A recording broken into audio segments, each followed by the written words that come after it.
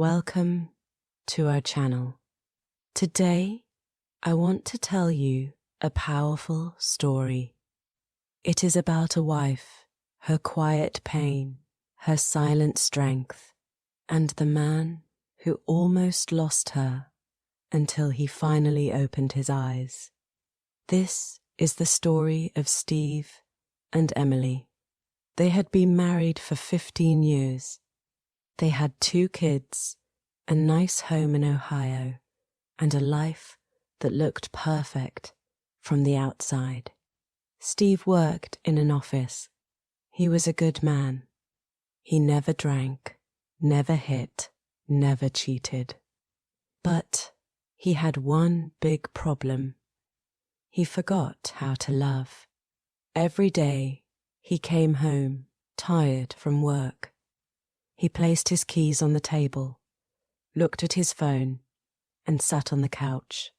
Emily would greet him with a smile. "Hi, honey. How was your day?" she asked. "Fine," Steve said, without even looking up. She would try again. "I made your favorite dinner tonight." "Okay," he replied, still staring at his screen. Emily would go back to the kitchen. She would set the table, call the kids, and serve everyone. But during dinner, Steve barely spoke. He ate. He scrolled his phone. He walked to the bedroom. And he slept. This happened for years. At first, Emily cried at night, alone, in silence. Then she stopped crying. Her tears dried, but the pain stayed. She felt like a ghost in her own home. She was the mother, the cook, the cleaner, the invisible woman.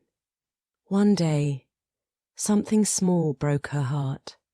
It was their anniversary. 15 years.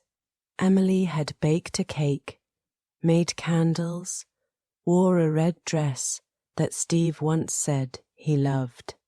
Steve came home. She waited.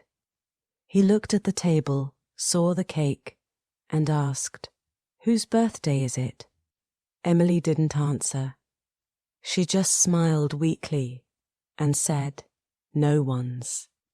Steve cut the cake and ate it. Then he went to the room. Emily blew out the candles herself. That night, she didn't sleep. She stared at the ceiling, thinking, "Is this my life? Am I this lonely?"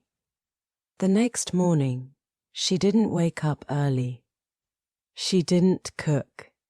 She didn't dress the kids. She didn't even stay home.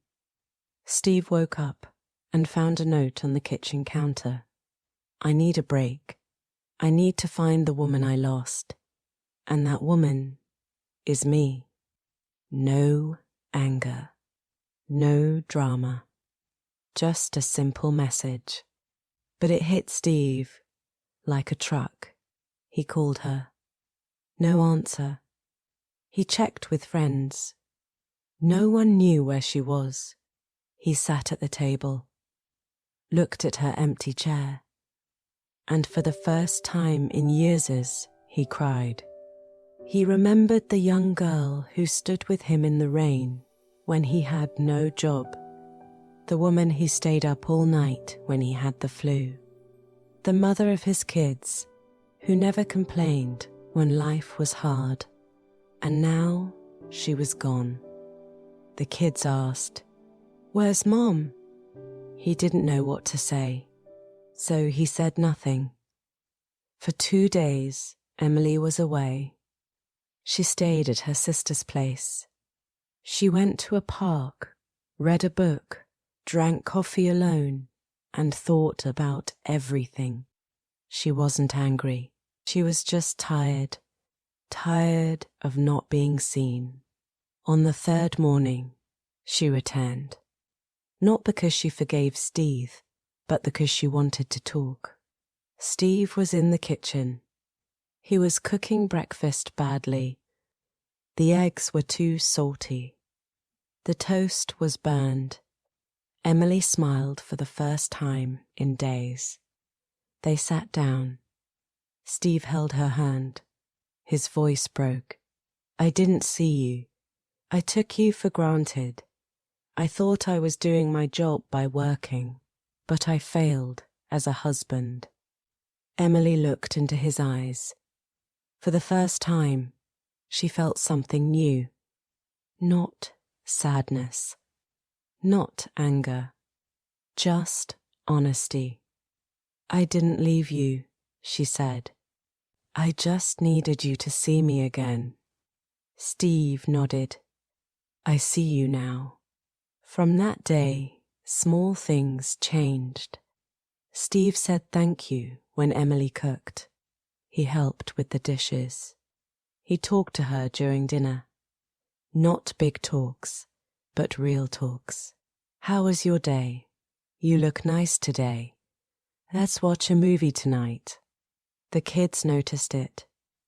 The house felt warm again. Emily smiled more.